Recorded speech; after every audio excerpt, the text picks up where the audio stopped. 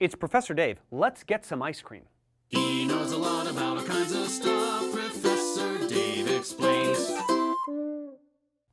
Americans are quite aware of gelato and are under the impression that the word implies a foreign gourmet delicacy. There is no doubt that the best gelato is incredibly delicious, but in actuality, the word gelato simply refers to ice cream in general. In Italy, the most delicious, finely crafted artisanal ice cream is called gelato.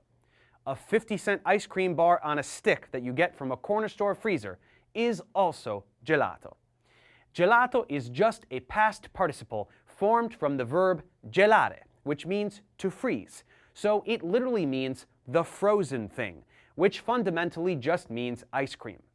But it is certainly true that the best ice cream in Italy is probably the best in the world. So let's talk a little bit about the rich history of ice cream in Italy, how it came about, and how to order ice cream when you're in Italy. There are people who believe that some sort of frozen treat is mentioned in the Bible when Isaac offers Abraham some snow with goat's milk. The Romans were definitely familiar with something like this, with their nivatai potiones, which were drinks cooled with snow, as reported by Petronius, Pliny, and the poet Martial. Snow was fetched by slaves in the high mountain and stored in special containers, and these drinks were particularly sought after in the banquets of the richest Romans. The Arabs also had their own sugar syrup, which we might consider the ancestor of the sherbet. The first real recipes go back to the 11th century, and they contain water, sugar, fruit, and spices. But still, this wasn't quite gelato. In order to change sherbet to gelato, one must have milk. The date generally agreed upon for the first gelato is in the 17th century, when a French man called Francois Procope de Couteau started making this new treat at the court of Louis XIV. But not many people know that the real name of Francois was actually Francesco Procopio Couteau, and that he came from Sicily. His last name was misunderstood by the French for their word couteau, which means knives, and they referred to him this way, which is how this Italian man was able to pass for a Frenchman. Being very familiar with frozen treats made with snow from Mount Etna, he started developing a machine for ice cream. This is when he left Italy for France, and he founded what is believed to be the first literary coffee house in 1686.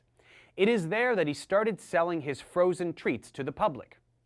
Robespierre, Hugo, Balzac, Voltaire, and Diderot were all seen at his Café Procope, and even Napoleon, Benjamin Franklin, Thomas Jefferson, and Oscar Wilde visited this establishment for intellectual conversation, coffee, and of course, gelato. This favorite treat spread all over Europe and eventually came to America, brought in the late 18th century by the Italian Filippo Lenzi. But today, American ice cream differs quite a bit from gelato because by using milk cream, it adds up to 50% more calories and fat. Gelato contains mainly milk. Also, less air makes the product more intense in flavor. So you'll have to head over to Italy to try the real thing. We also frequently think of ice cream cones when we think of ice cream, but the cone didn't appear until 1903 when the Italian Marchionni made this treat more convenient to eat in the street.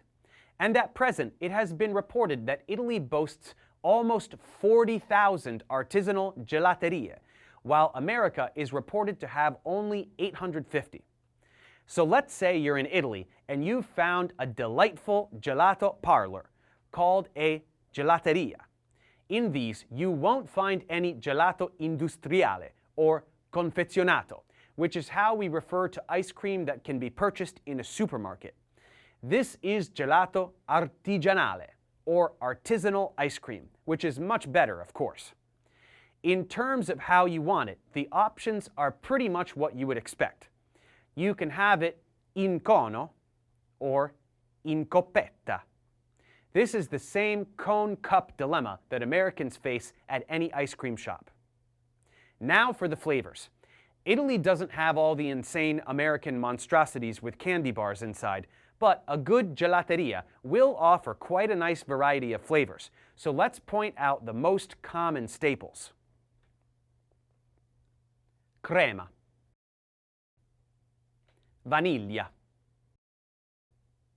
zabaglione, stracciatella, ricotta, cioccolato fondente, Nutella, bacio perugina, cioccolato bianco, caffè, fragola, more, frutti di bosco, mele e cannella, limone, mandarino, ananas, cocomero, cocco, ciliegia, kiwi, pesca, pistacchio, nocciola, torrone, gianduia. Those are the basics, but perhaps you are in the mood for something a little more complicated. In that case, there is cannolo, panettone, tiramisù, zuppa inglese, cassata. For the more refined palate, rosa selvatica, ricotta stregata, amaretto, champagna, zafferano, gelsomino, peperoncino.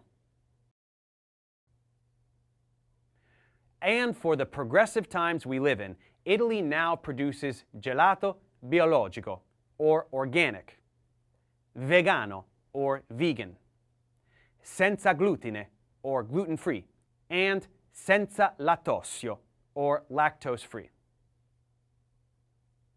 So that's what we need to know about gelato, the finest frozen treat money can buy. Make sure to have some on your trip. Just try to limit yourself to 2 per day if you can. Thanks for watching, guys. Subscribe to my channel for more tutorials. Support me on Patreon so I can keep making content. And as always, feel free to email me, ProfessorDaveExplains@gmail.com.